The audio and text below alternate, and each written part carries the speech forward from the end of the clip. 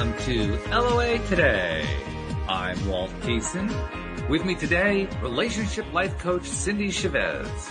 This is your daily dose of happy. We are so happy you decided to join us today. We are indeed happy you decided to join us today, and we are joined in a moment by Jacqui Gates as well. Here she comes, coming onto the screen here. So that's going to have to be the new intro. We're going to create a new intro that includes Jacqui, because Jacqui, you are part of the team now, which is a wonderful thing. I am flattered and very excited. Yay. So it's good stuff happening, and lots of exciting stuff is happening. I've been cluing people in on the podcast for the last couple days that I have signed up for, and most of the listeners know what this is. I've signed up for what's known as Taya Bootcamp, which is sponsored by David Strickel. Jacqui, I don't know if you know who David Strickel is. David is a channeler. He channels like Esther Hicks channels Abraham Hicks. Okay. And his particular channeler name, instead of Abraham, is the Stream of David, or the Stream. And he was a co-host here on the show for a few months. Then he had to go on to do some other stuff. But what's really cool, besides me taking his I don't even know what to call it. It's a course coaching workshop. I don't know what else you call it. Is that he's going to be visiting us this coming Wednesday. So next week, you guys are going to get a chance to meet David. You're going to get a chance to hear the stream. If you have questions you ever wanted to ask Abraham, you'll have a chance to ask those questions, because it's very similar to asking Abraham. Exciting. It's also a little different in the sense that answers that come from Abraham are very positive. They're very upbeat, and they kind of dance a little bit around the hard issues. The stream doesn't hesitate to go after the hard, dark issues. So that's the one real difference between the two, I think. But it's really quite an interesting experience. And I was chatting with David last night, actually, and we worked out a thing where not only am I going to take his Taya Bootcamp, as it's called, but I'm going to be relaying on the show day by day what my latest progress is and what I've been experiencing.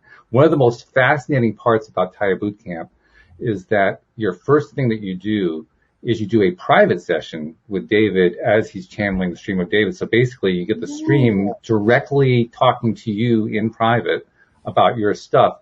And the thing I'm both looking forward to and kind of nervous about is one of the key points of that session is that the stream tells you what they call your transgressors, your three transgressors that have most affected you earlier on in your life. And a transgressor is essentially the same thing as some sort of traumatic event or experience that leads to blocks and resistances. That's what they call them, transgressors. Now, they don't dig in to ask you what they are. They don't try to help you like a coach or a therapist would. They simply tell you what they are. And so I'm really curious to see what I'm going to be told. A little bit anxious too, I have to say. Wow, that's going to be so interesting. It is going to be interesting. So and this Walt, is going to be... would you spell for me what you're saying about what the title of the boot camp is? Because I'm not getting it. It's an acronym, TYA, Taya. And the acronym stands for, don't forget it now, Walt. What is it? It stands for, what's the first word? Trust. Yes. Trusting your abundance. Oh, wow. Or trust your abundance. Right. And basically Taya Bootcamp is David's implementation of what he did in his communication with the stream to improve his own life. He's basically using that experience, turning it into kind of a course/coaching experience, to give everybody else the chance to talk to the stream, get the kind of guidance he got from the stream. There's a series of modules that you do, sort of like homework, if you will. There are a series of coaching sessions, both with him and with others who are involved in the program. There's a mentoring thing. I mean, there's it's this whole great big package of things that you do over a 12-plus week period. And apparently it's fairly intensive. So I've heard great things. We actually have listeners who had signed up for it and who have been reporting great experiences themselves. So it's going to be interesting. It's going to be fun. This is really exciting. Oh, it's going to be fascinating. Yeah. we get to live vicariously through you. That's right. Yes. We'll let Walt be the one that's nervous at first. Let him try it first. We'll just watch. Yes, absolutely. No, that's funny. I was just in my mind thinking, oh, this is like a mentorship, like a spiritual mentorship. And then right as I had that thought, you said mentoring. Yeah. But I mean, when someone is using their experience of how they, progressed to help you do the same thing, I mean, that's mentorship. So it sounds really powerful. Yeah, especially when the end guidance isn't even of this planet. I mean, it's just like right? kind of surreal. Yeah, it's going to be so good. Oh, I can't wait to hear all these things. I know. I'm excited too. Yeah. Yay. Well, that was a surprise. I didn't know. Yeah. What do you hope to get out of it? What was your reason for signing up? Well, partly because David invited me, which is unusual. Usually people just go to him, and kind of unusual to get an invitation. And partly because, well, I'm like any of us. I'm constantly trying to work on myself, get better at this stuff, this conscious creation stuff that we're all pursuing here. And I mean, I'm like anybody else in that I have certain things that have been harder for me. I mean, you tell me, ladies, but in my own experience, anybody I've ever talked to, they get 2 of the 3 big things right. They get the money thing right and they get the relationship right, but the health thing doesn't work. Or they get the health and the money right, but the relationship doesn't work. Or the health and relationships are fine, but they can't make a dime. It's that kind of a thing. There's always very much. Yeah, I get that. Absolutely. Yeah, there's a weak area, right? And actually, it's usually not that clear cut. Usually, it's like a combination of things. Well, I want to attack that kind of thing. And more importantly, I want to really just continue my growth. I want to accelerate my growth. I've grown a lot over the last, how long has it been now? 2007. So 14 years since I first got exposed to The Secret. But I want to grow more. I want to go faster. And I want to see if I can cut through to where I have total confidence, total trust that everything I'm going to ask for is coming quickly. That's my goal. Nice. So, yeah. And it's so interesting that you mentioned a 7-year cycle, because in astrology we know about 7-year cycles. That it's a Saturn return, which is when we start. Basically, we tie up all the loose ends from who we've been over the past 14 years or 7 years, whichever increments, and then we start working on a new version of ourselves, a new things. And sometimes in modern parlance, I suppose you'd call it like a midlife crisis. We get that, but we also, that's the first Saturn return when you just want to torch everything and start again. And then in the when you get to the 5960 Saturn return, which is another series of 7 year cycle. When you get to that one, that's when you go, okay, everything I haven't done yet, I'm going to do now. And it's so interesting that you're right at the beginning of a cycle. Yeah. It's actually very fortuitous because it means that you're going to have 7 years to put everything that you learn and gather and find out about yourself. You're going to be planting seeds that you can watch bloom over the next 7 years. It's going to be really cool. You know what's interesting is that you bring up that 7-year cycle, and I know most of us have heard also that every cell in our body renews itself in a 7-year period. Yes. Right. And you are literally not who you were. Mm-hmm. Right. Physically. And then this morning I was talking to somebody explaining that all of our thoughts, ideas, opinions of ourselves are pretty much almost completely formed by the time we're 7, our first little 7-year cycle. True. And so often, that 7-year-old is still running the show until we go through these other cycles. Like Jacqui was talking about Saturn return, the first one, the second one. I'm in my second one now. Me too. Where we start to realize that we can see patterns that repeat, and we realize that we don't need those patterns to repeat anymore. And everything starts to become very new. And like Jacqui said, we decide, everything I haven't done, now's the time.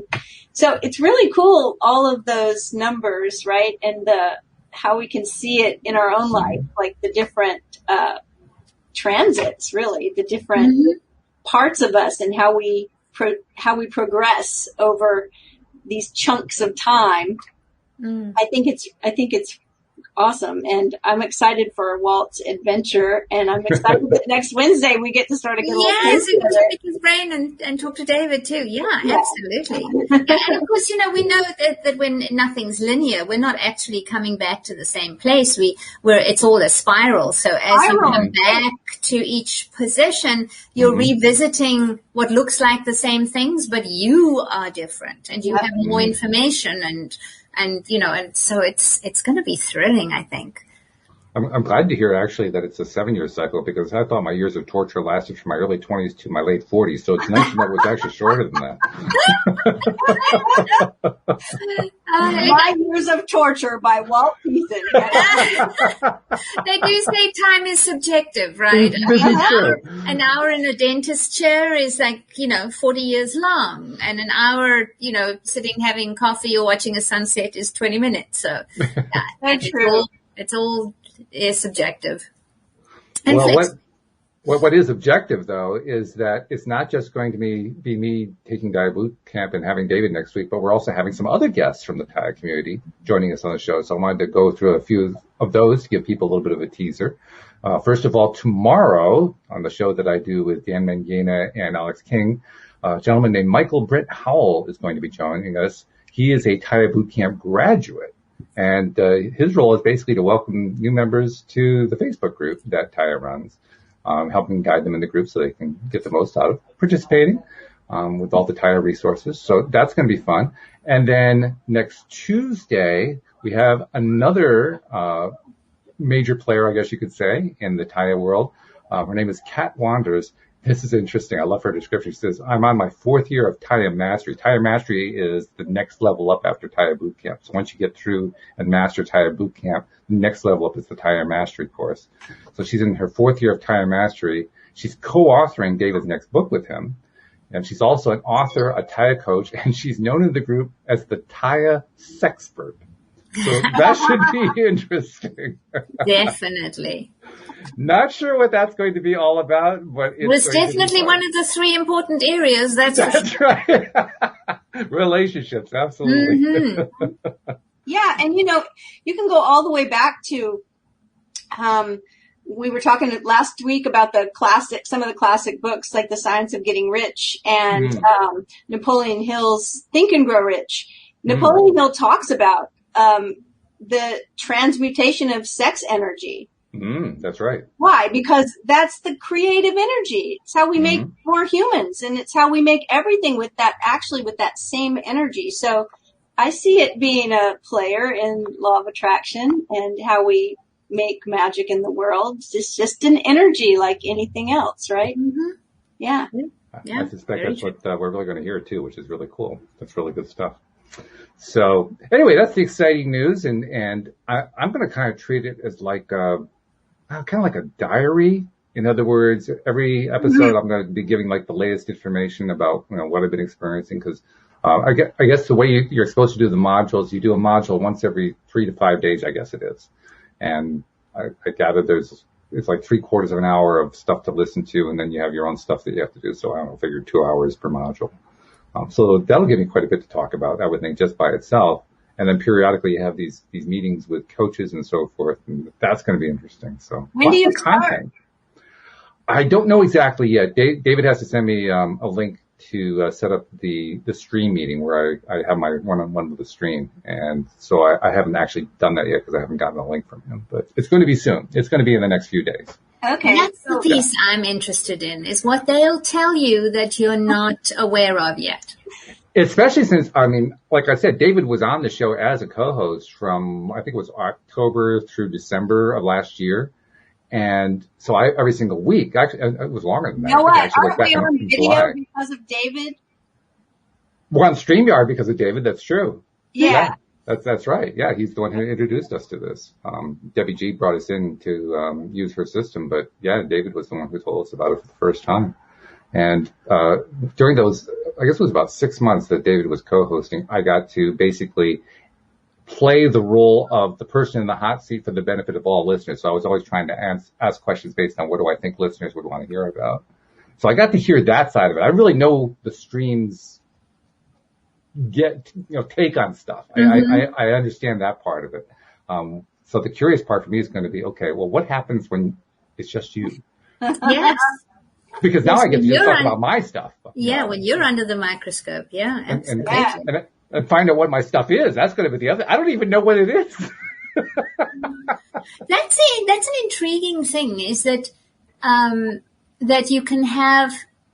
It's like when people do Akashic records and that kind of stuff. Yeah. When you can have something that's in your field, in your energy field, because that's what they're reading, that you are completely oblivious to. And I find that fascinating. And yet you're at the effect of it. It must be influencing you. Oh, sure. And I find that fascinating. I find too that a lot of times, most of you is oblivious to it, but there'll be some piece of evidence that makes it feel true for you, that you'll be like, oh, like I know I've had that experience of being like, oh my goodness, this makes so much sense. Like certain things that never really made sense, and that ties it all together, right? So that's kind of exciting, really. Yeah. That's what I'm anticipating, literally. I'm anticipating it's going to go just like that. And I'm going to be sitting there, okay, what's the first one? I get the first one, it's going to be like, oh, yeah, of course. Why didn't I think of that? It's going to be that kind of an experience. I'm curious about there being 3. Do we all have 3? I'm intrigued as to why they call them transgressors. What are you transgressing? I think the idea of the transgressor is stuff that's transgressing against you. Oh, against you. Oh, okay. Yeah. That makes more sense. All right. Yeah. In other words, stuff that messed you up in your life. Okay. And it can be something as dire and complex as being physically or sexually abused, or it can be as mild as, you had a disagreement with a teacher and the teacher gave you detention, or, it can be anywhere in the range. Yeah. And it's always current life? I believe so. I can't answer that for sure. But my impression is, it's from your current life, most often from your early life. Oh, most often from your early life. That makes sense. Yeah, the first 7 years. Right. That makes sense. 7 to 14. I've been trying to remember. I don't know why. It came up for me this morning. I was just pondering, and I thought, about people's earliest memories. I have a memory that I know I was 3, but I don't think I remember anything from before that. I know I don't. I have my first visceral memory is my father disappearing, and I was 4. But I don't remember. Yeah, I don't remember any. It's so interesting because I'll see a photo. My mother took a photo of me at the age of about 3.5 or 3. I kind of held her dinner party guests hostage. There was a lot of dancing and singing. And dancing, I know. And a lot of twirling that went on. So every dinner party had this show that I would prepare. And thank God they thought I was cute. Well, they said that I was cute, but anyway, so my mother has a photo of me in full performance mode at about age 3. And I have a scant memory of that, but I'm curious. I'm curious about myself as to whether I'd remember it if I didn't have the photo, right? Or whether the photo just sparks a memory that's too far away or whatever. But before that, no, I don't have any memories before about the age of 4. I think it's really interesting as to people who can remember early days. I actually do remember some early stuff, not a lot, but I do remember some. I know you mentioned a photo that kind of cued it in my mind in terms of one of them. There's a photo of me when I was 2 years old, and I look like I'm about 5 or 6. I look quite old for my age, but I was only 2. I was, of course, dressed up for a 2-year-old, that kind of thing. It was my mom's treasured photo until she passed. My wife now has it. But I remember, I don't know exactly what it was. Was it the sitting for that photo? There's something about it that I remember feeling what I see in that photo when I look at that photo. I remember feeling that experience. In terms of something I remember as an actual event, I can't tell you exactly what age I was. I imagine I must have been 1, maybe 1 or 2. Wow. But we had, at that point in time, they didn't have much in the way of high chairs for kids. So they had this feeding table. It was, imagine like a card table that sat maybe 1.5 feet off the ground. And there's a hole in the middle for the kid to sit in. And then they would use that, to feed you. I can remember sitting in that table. And we had that table for many years afterwards. So I knew which table it was. And I had that very visceral memory of that table all around me, basically trapping me. I couldn't go anywhere. And I wanted to go everywhere. But I remember looking around, I'm seeing the table, I'm seeing the living room, and I'm wanting to do stuff, and I can't do anything, but I'm excited. I remember that. That's amazing. Wow, that's amazing. I was thinking you said that you looked much older when your 2-year-old picture, and I was like, I'm not sure Jacqui realizes how tall you are, Walt. That's probably true. I'm 6 foot 8 inches tall. How tall are you? 6 foot 8 inches. Whoa. Okay, that's nearly 2 feet taller than me. I am, Okay, so, I am 5 feet if I stand up really straight. You have no idea how funny that is, because my wife, when she was my intended, even before she was my intended, when we were talking for the first time, obviously the height issue was an issue. I wanted to bring it up. And so I asked her how tall she was, and she said, well, I'm 5'6" when I stand up straight. So, yeah, I can be 5.5 an inch if I say, but so I'm usually in heels and I tend to own the room because I'm often the smallest person there. So, but yes. I don't have any trouble believing that, by the way. I got lots of roles when I was younger.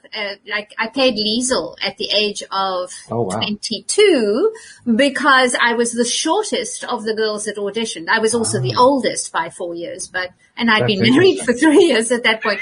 But yeah, I played Liesel at 22 because I'm weenie. But then I also lost roles, so. It's something I'm always in these days of Zoom calls and, virtual friendships. It's so interesting to meet somebody in person. Invariably somebody will say, you're so small. It's like, I know. This is news. Yeah, you look much taller on screen. That's right. I'm the same size as everyone else on screen. Right. Yeah, so people said that to me too. They said, "Oh, I thought you were going to be much taller." Yeah, it's so interesting. I'm 5'2" if I stand up straight. I think I might be shrinking a little. It's so interesting that is as well as we can get to know people and talk to them on Zoom. And I'm sure there are people who have watched you, Walt, for ages and ages on every week. The experience of meeting in person is a completely different energetic experience. It's so interesting because we humans are, we're now so technologically advanced, but we are basically pack animals. We are meant to be in groups and, face to face and stuff. So that's one of the things I'm really looking forward to now that COVID is more or less under control, or we're vaccinated, whichever comes first, is getting to meet people that I've got to know so well over this past couple of years. Yes, I love that. yes. Like Jacqui and I have never met in person, but we're making a plan. Yes. Oh, cool. Yes. It's really weird when you're like, my best years. friend. I've never met her in person. How is that possible? No. Both of my best friends I've never met in person. Cindy and another girl that I talk to every week, never met them in person. But yes, we'll make a plan this year. But you were right. Humans are small group primates. Mm-hmm. We thrive in small groups. Mm-hmm. And so part of that is because our energy fields interact. And so I was wondering about this the other night. I'm like, gosh, even though Zoom has been a godsend for all of us, or, whatever platform we're using, like this video where we can see each other, how much of that do we miss out on and we don't really notice it, that we're that our energy fields aren't connecting the way we could be, So I'm looking forward to that too. Lockdown has lasted too long. Yes, absolutely. I've enjoyed meeting two of my co-hosts. One of them is Alex King, who does the show with me on Thursdays. And the other one is Anne-Marie, who used to be a co-host with me. She lives in Middletown, Connecticut, about, half hour, 40 minutes south of here. And so we got to meet them. And actually, she and Mike, who was also on the show, and Louise and I often like to go out together. And it's a very different experience talking to her that way than talking to her on the show. And I love it. I mean, I love Emily, I love Mike. They're wonderful people, but very different. One thing that does kind of stick out to me, and I can't remember who was pointing this out the other day, but somebody was pointing out that, I think it was actually my wife was pointing it out. We only see ourselves in 2 dimensions. We never see ourselves in 3 dimensions. Everybody else sees us in 3 dimensions. Wow. Except when we're Mind on Zoom, then we only see each other in 2 dimensions. Yeah, that's so interesting. And of course, you never see yourself the way you see yourself, or people don't see you the way you see yourself in a mirror.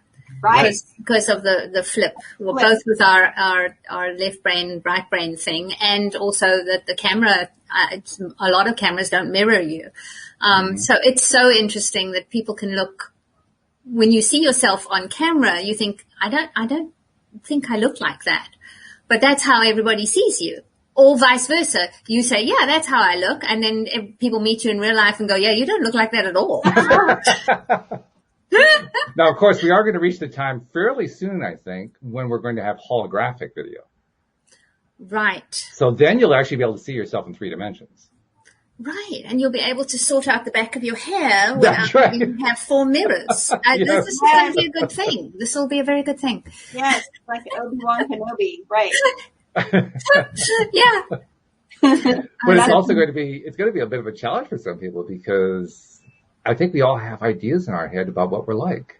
And then we'll see what the physical reality is that everybody else thinks that they see. And we'll say, well, that's not what I see. I'm not ready for that. I'm not ready. I thought I stood up straighter than that. I don't understand. Oh. Right. Oh Right. Absolutely. That is weird. It is. It is weird. Yeah. How we see ourselves is so different to how we are seen. Because, and then of course there's that very profound truth that we don't see others how they are. We see them as we are, because we always look through our own lenses. Yes. Right? And so actually nobody is as they seem. And to make the thing even more complex, because, and Cindy and I have talked about this a lot, because our brains are only able to process a certain amount of data per second, and we're getting huge amounts of data that we can't even process, a lot of the time our minds are filling in the blanks and making it up. So, to a large extent, it's just, this is what our consciousness is creating rather than what other people are seeing. And I mean, I can just imagine how when we finally do see ourselves in 3 dimensions through a holographic video, it could be a shock to the system, because it's going to be so different from what we had filled in. Well, it reminds me of, the way we see ourselves, the filter, and we were talking about this, I think, last week, that our story about ourselves is the filter that we see everything through, that we create everything through, I should say, right? Everything we create is through this filter of who we see ourselves to be. And I was just thinking about, like, when people say that affirmations didn't work for them, right? Well, when we think that we created these stories about ourselves, many of them, or the majority of them, before we were 7. And then as life went on, we added to those stories, or we actually anchored those stories because we were looking through that filter. So experiences that we had, we were like, see, because, whatever you believe about yourself, you're always going to find the proof. Confirmatory bias. Yes. Right? So it's like you find the proof to anchor that idea and make it true and make it truer and make it the truth over and over and over for, like, I'm 59 years old. So 52 years from the time I was 7. Yeah. And then I'm going to try an affirmation for like 3 weeks. And I go, yeah. Yeah. And other stories are like, have roots and tentacles, like, they're in there. So it's like, yeah, we got to give ourselves a little more time and space to tell the stories.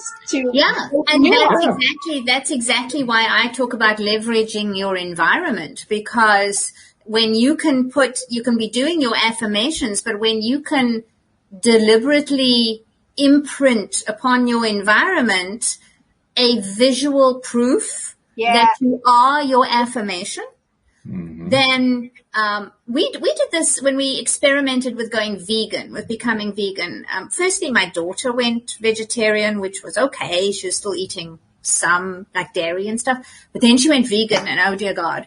And well, it gets so very complicated when you're a family of omnivores, right? So I took it as a whole new adventure in cooking. And after about a couple of months of this, she said, why don't we experiment going for a week of being vegan? And so the first thing was to basically eat all the meat that we had. Right. Because I knew I would default it. If it was in that freezer, I was going to have it. I was going to cook it because that was my default. And so we made the fridge a vegan fridge, which was really, really interesting because every time I opened the door and I thought I'll just have some like a cheese and chutney sandwich, which is chutney is a South African and Indian thing. And that's one of my go-to comfort foods. Well, it was. And then I'd open it and it's like, shit, no cheese. No. I forgot, we're vegans now. Right. But this is what my environment, because I deliberately and intentionally imprinted physical proof, physical confirmatory bias of this affirmation that we were doing, this inside change. My brain reminded me that when my eyes would remind me of what I was trying to change internally. And it was so interesting to watch everybody butt up against what they expected the environment to be when we had changed it deliberately to remind us of what we're doing differently. And so, I really think leveraging your environment can shorten the gap between the time it takes to transition into a new story about yourself, a new lens that you view yourself through. I love the visual proof because most of us, fortunately anyway, are seeing things in our environment all of the time. Mm-hmm. Like if you're seeing me on video and you see, I know it looks messy and I keep thinking I'm going to put something more elegant behind me, but I'm in my office and behind me is this wall of thank you cards from clients telling me how much I helped them, right? And to me, that's the visual proof on those days when I'm second guessing myself. Absolutely. And this is like, no, look, I mean, this is evidence. Here's the evidence, right? So I think it's wonderful idea to do that. And it's so interesting, Cindy, that before you told us what it was, I might have said, yeah, that's a bit messy. Now that you lean back and say what it is, it's like, oh my God, the abundance. I love that there's piles of stuff on there because it's just like more and more affirmations and thank you notes. I think it's brilliant. At the point that I was like, okay, I got to take that off. I keep meeting with people on Zoom and they have these beautiful, elegant offices and surroundings, right? I really was like ready to take it all down. I hadn't said anything to anybody. And then I met with a client on Zoom. And then I think she asked me about it. 2 months later, she sent me this message. And that was the day that I was like going to take it all down. I get this message out of nowhere. It says, I just wanted you to know that I was so inspired by your office that I've taken all of my thank you cards and things people have said nice things about me, and I've put them all over my wall in my office. And I was like, oh my gosh, I wasn't meaning to be like that, to be like good taste or style, right? But it works for me because it's a reminder of success that I've had. It's a reminder of something good I've brought to the world. And so, I talk about my file of fabulousness to all my clients. My file of fabulousness is basically screenshots of everything anybody has said about me that's complimentary or nice. And it goes into either a Word document. Actually, at the moment, it's one of those folders, and it's full of JPEGs of screenshots. And I have it as part of my wallpaper on my PC, which means on wobbly days, when your brain is being an absolute arsehole and it's all saying all the worst things about you, and you can't remember anything good. Your brain just gets so honed in on this one tiny crappy thing you did, and you can't remember. You literally can't see any of the other stuff, and then it'll pop up and another one will pop up and another one, and eventually I'm looking, and this is because, and this is where our brains are so weird, because it's not something I said, it's something somebody else said about me. Mm-hmm. It's more believable somewhere. It must be true. Isn't that the weirdest thing? And so it's like in the theater, we say, don't believe your own press unless it's good. Then you can believe it. And so, and this is exactly it. So I call it my file of fabulousness. And on some days I'm like literally paging through it until I can believe again. So a tip to anybody listening, curate everything, curate all your rave reviews, everything. And even if it's one little sentence on a Facebook comment, copy that, put it down. You will be pleased on your next wobbly day to have all this proof for yourself. Years ago, my rabbi told me something, and he mentioned the phrase. He said, "Oh, that's for her." I had sent his wife a card, I think, and he said, "Oh, that's going right into her sunshine file." Oh, I love that. What is a sunshine file? And he said, that is where you put every nice thing, every letter, every card, anything people say, any good press, right? It goes in the sunshine file for on those days. So I mean, that's a stellar idea, right? Yeah, absolutely. And it's like you get what you focus on. And so your brain is going to get hooked into focusing on that one little daft thing or that imagined slight or whatever it is. And then you can focus on proof, literal proof. And you just keep focusing until you pull yourself back to center or forward facing again, whichever comes first.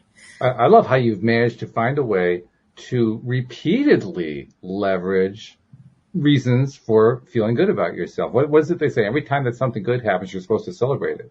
You don't celebrate it once. You celebrate it over and over and over and over and over. Exactly. Absolutely. And it's so interesting because it's another crazy thing about our human brains is that we scoot past successes. Oh yeah. We everybody says joy is fleeting.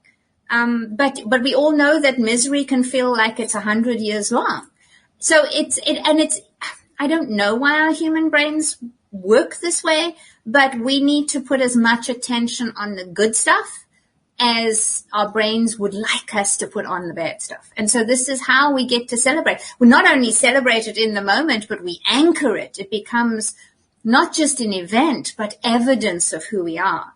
I talk about this with my clients. There's a difference between something that happens to you, which is an event, and something that happens through you, which is evidence of who you are. So when you have somebody like Cindy's clients who send her a thank you note, that is evidence of who she is. It's not just a one-off event where she said something nice and somebody sent her, a card. So there is this, when you get all these rave reviews or nice things that people say about, I have a file. It says nice things that people say about me.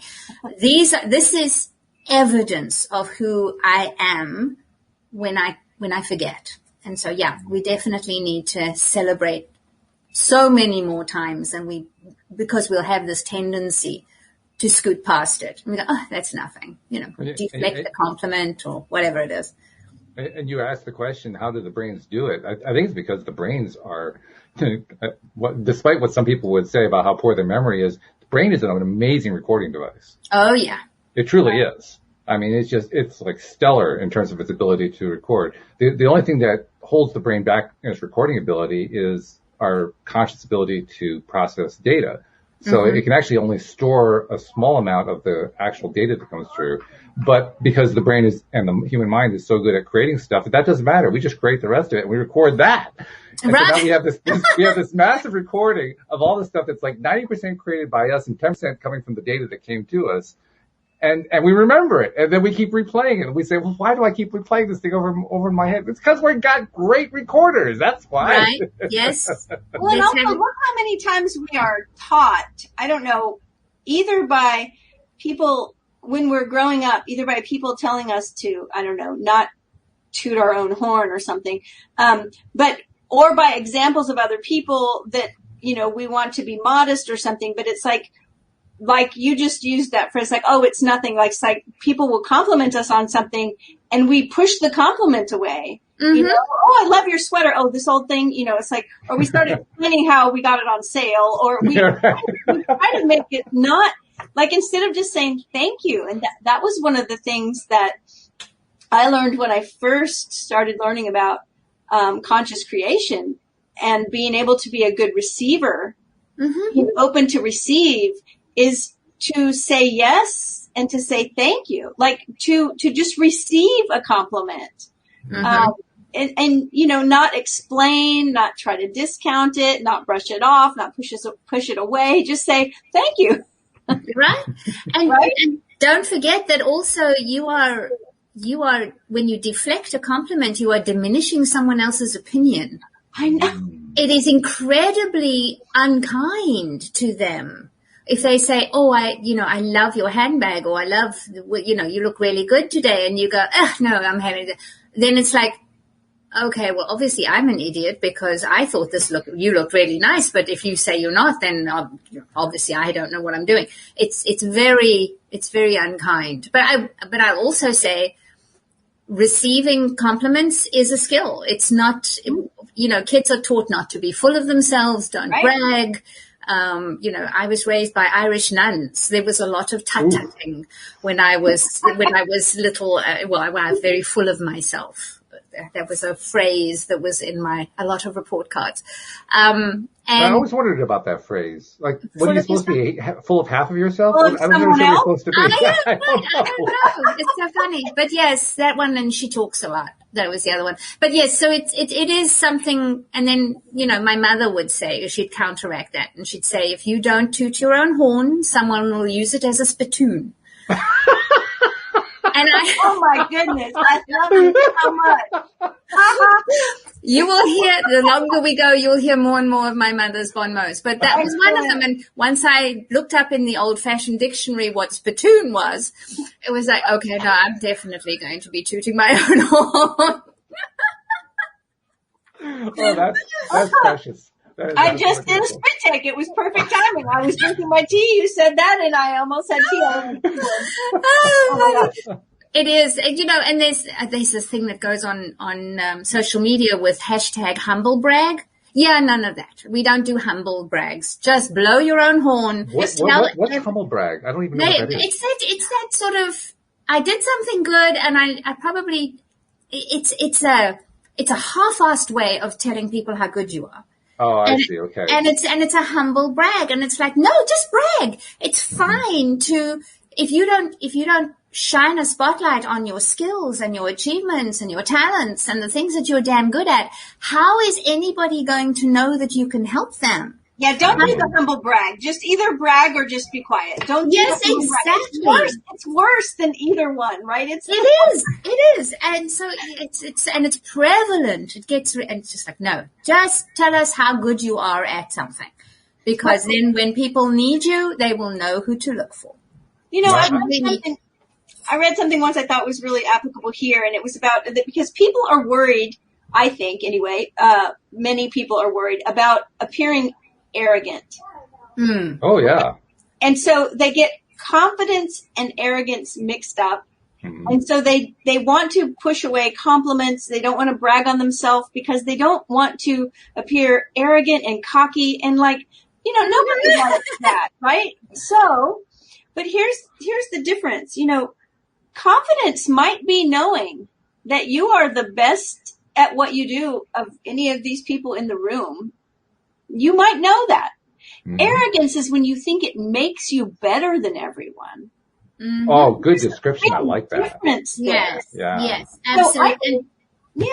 It's a big difference. The energy is different, right? It's like, yes. It is. I love the idea of, I remember Deepak Chopra one time in one of his books, I think, or somewhere, talking about silently, when you look someone in the eye, to silently wish them namaste, which we know means, something like the divinity within me sees and recognizes the divinity within you, right? The light within me recognizes the light within you, or something like that.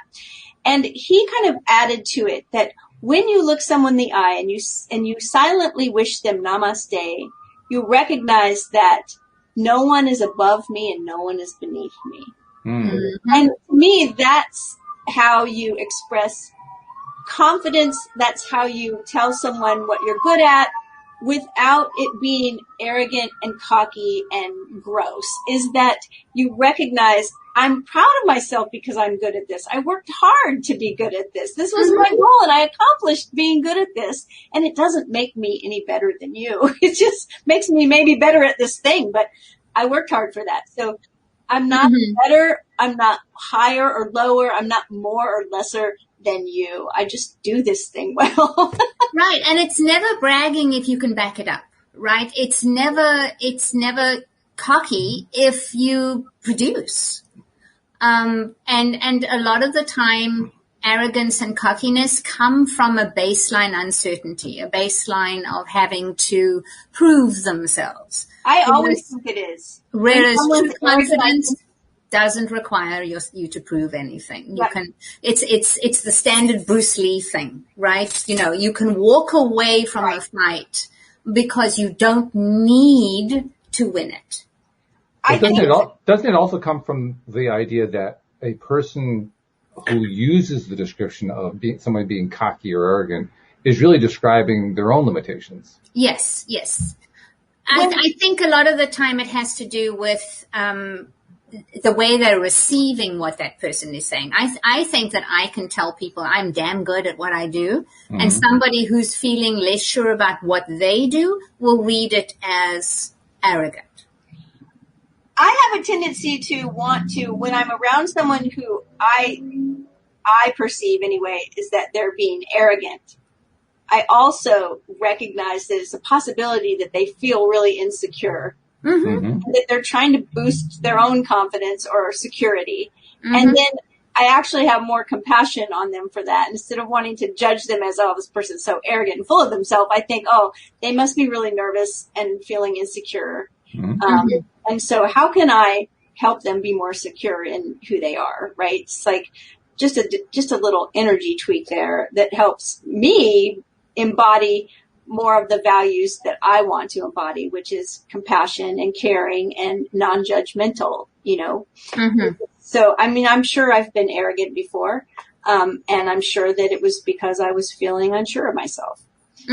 So, but I think it's so interesting when you acknowledge, like, I was walking in the Skyways a couple of days ago, and this guy walks towards me and he goes, "Hey, you look good today." And I went, "I know, right?" I love it. And his face, he was flabbergasted. Absolutely flabbergasted. He just stood there and looked at me. I mean, he didn't even say anything. Because it was just spontaneous. I was feeling really good. I had dressed up because I felt like dressing up.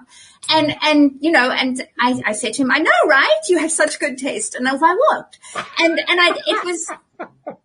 it was such an interesting moment because he stopped and turned around and watched me walking away. I could see it reflected, and it's like that was totally not the response that he was anticipating. Right. And it was so funny because I was thinking, why is that not the response? Why shouldn't it be the response? You know? Excellent response. I love that response. If I had been the person, I'm not sure I would have said something like that. If I had been the person who had said that and you gave me that response, I would say, "Yeah, I love it." Well, just so you know, Jacqui and her husband, they're like the Jetsons. They live in the skyrise building where they have tubes that go out to places, and they walk. That's why when she's walking in the Skyway, she's literally walking. Yeah, it's downtown Minneapolis. We have tubes to help us avoid the weather. Right. Yes. So yes, and at this point, actually, it helps me avoid construction because, you know, Minnesota has two seasons. It's either winter or construction, and construction right now is tedious to say the least. So I'm walking in the Skyways, even though it's 80 degrees outside. So yeah, it's way quieter than it used to be. So people get a chance to acknowledge each other when you're the only ones there. Right. In the wintertime, Jacqui can walk miles and miles. She can go to Whole Foods and go to the stores and the shops and go all these places and then say to me, "I have literally not been outside." Right. That's it. And this is exactly why we chose this building, is because we have, I think it's 25 blocks of Skyways. So there's all sorts of things, theater and stores, and it's not what it was pre-pandemic, but it's starting to wake up again. So. And it makes total sense because anybody who knows anything about Minnesota weather, you don't want to be outside in the winter. No, it is. The weather here is ridiculous. It's and you know, when people moved here first, they got free land if they stayed for 2 winters. I would have stayed 1 winter and gone, no, you can keep your land. I'm done. Survive. No, the very hardy types, you know, the Scandinavians and the Northerners, they were, it gets brutal. And we were here during the Arctic freeze a couple of years when we hit -50. Oof. I definitely didn't even go into the skyways. It was no. I've experienced -40. I've never experienced -50. -40 is cold enough. So you go out and you like breathe and like a snowflake appears. Well, your nose, not so far off. nose hairs freeze and your tear ducts freeze. Your eyes get crinkly because the moisture in your eyes freezes. That's Louise's favorite saying. It's not really cold if your nose hairs don't freeze. Yeah, this is true. Yes, and so my grandbabies are damn cute, and that's the only reason I'm here. But a very good reason, I might add. It is a very good reason, and skyways are how we mitigate that. But yes, those skyways are. I've seen photos of that. That does actually look pretty cool, like having a city in the. Well, Minnesota is where the enclosed mall was. That's right. The genesis of the enclosed mall for the very same reason. Yep. It's like we really just want to go into one place and have everything at our disposal without having to go outside. Which is really good. It's a good idea. Amazing. I love it. So it seems so sci-fi to me for some reason, you know, like these artists' conceptions probably of it before it ever happened were like, no way. No, very true. Absolutely. Yeah. I think they put them in the 60s, late 50s into the 60s. It was a big deal. By the way, you mentioned something earlier, and I wanted to kind of go back and touch on it because it reminded me that it is a key portion of the Taya Bootcamp approach. Because one of the things that not only do they address transgressors, but the part of the philosophy is you want to actually try to get to the point where you not only accept the transgressor, but you find a way to appreciate it. Yeah. Mm-hmm. Yes. The big portion of what it is that they do. And what you were talking about, I don't remember the exact example. I'm kind of reaching. Okay, what exactly was it? But you were touching on something where it was all about turning that thing around and really appreciating this thing that just haunted you.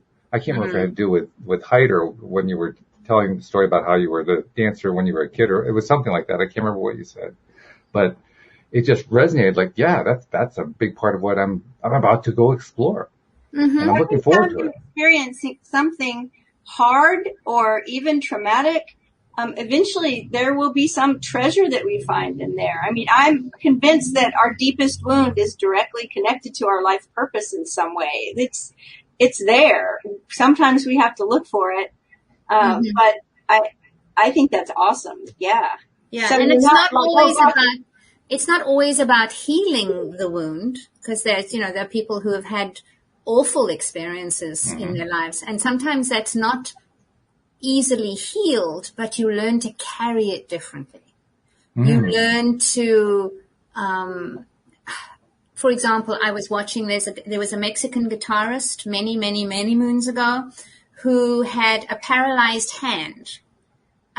He had, I can't remember how it happened, whether it was an accident or an illness, but he had a paralyzed hand. But he learned to play an exceptional guitar by using his hand in different ways. He couldn't learn to play the guitar from an able person, in inverted commas, who played normally, because his hand wouldn't work that way. But he became this genius guitarist in his own way. And the amazing thing is, when you hear him, I wish I could remember his name. When you can hear him, you know it's him, because nobody can play the way he does. I was just going to say, I bet able-bodied people cannot do what he does. No, exactly. And so there's, we all strive for the healing of wounds. And sometimes it's not about healing. It's about becoming a person who can encompass and is strong enough to carry it with grace and with compassion for yourself, and to learn to navigate a little differently, and own that your path entails learning to navigate this differently and carry the wound. I thought for a second you were actually going to talk about a different guitarist who I'd seen who had no hands. He learned to play with his feet, with his toes. Wow. One foot on the fretboard with one foot, one set of toes, the other set of toes with a toe pick that he would be picking at the strings. And he was also a genius. That kind of devotion to becoming somebody who can do that. It's like I married my accompanist so I could stop having piano lessons. I was going to say, those of you that are listening to the podcast and can't see the video, Walt's talking about the guy playing with his feet, and Jacqui and I are both just shaking our heads. Wow. Absolutely. And it's just that kind of devotion, that kind of determination to be a version of you that does a thing that you want to be able to do. That just blows my mind. I am in elevating the shadow to the gift. Yeah, absolutely. I mean, you look at Helen Keller. You look at some. I did a show. There's a show about her, a play about her called Monday After the Miracle, and it's the Monday after Annie Sullivan gets her to connect that the water running on her hand is the same as she's tapping into her palm, right? Mm-hmm. And it's that one little connection that made all the difference. She spoke to the world, she was a world speaker. A global traveler speaking to thousands of people. She's a published author. It is astonishing what humans are capable of. So this brings us right back. Keep your file of fabulousness. Keep your focus on what you do amazingly well. Brag about it to everybody, and we will be the tide that rises all human boats. I'm going to have to write that down. That's it. Well, it's also the title, The File of Fabulousness. I mean, I always like to find a good title for the show. That's it. That's it. Yes. I love that. Love it.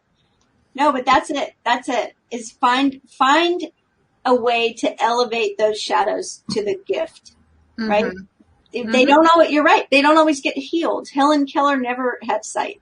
No, she never heard anything either. Yep. And interesting side note too. They now have gotten to the point where they can give people who have never had hearing the ability to hear, and very often once they get it, they don't want it. Wow. Because that's so amazing.